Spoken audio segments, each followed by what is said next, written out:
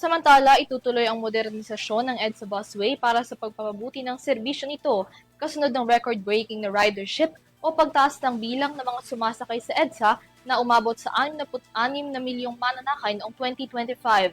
Ayon sa DOTR, bahagi ito ng pagsisikap ng pamahalaan na bigyan ng komportable at maayos na biyahe ang mga Pilipino.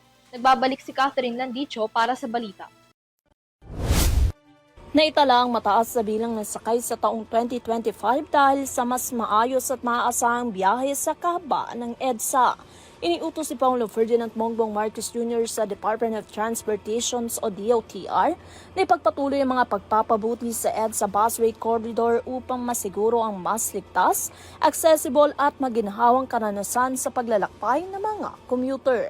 Ayon kasi sa datos ng DOTR, umabot sa 66,669,287 ang bilang ng mga pasahero ng EDSA Busway sa 2025. Mas mataas ito kumpara sa 63,022,953 noong taong 2024. Itinala rin ng record monthly ridership na 6,530,415 noong Disyembre taong 2025.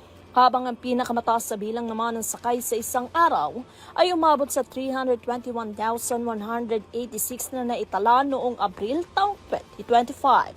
Sinabi naman ni Transportation Secretary Giovanni Lopez na ipagpapatuloy ng DOTR ang modernisasyon ng EDSA Busway para sa kapakinabangan ng mga commuter. Mula nang ilunsad noong Hunyo taong 2020 ang EDSA Busway Project ay nakapagsilbi na ito sa kabuang 341,307,843 na mga pasahero. Para sa EuroTV News, Catherine Landicho, sumasaludo sa bawat Pilipino.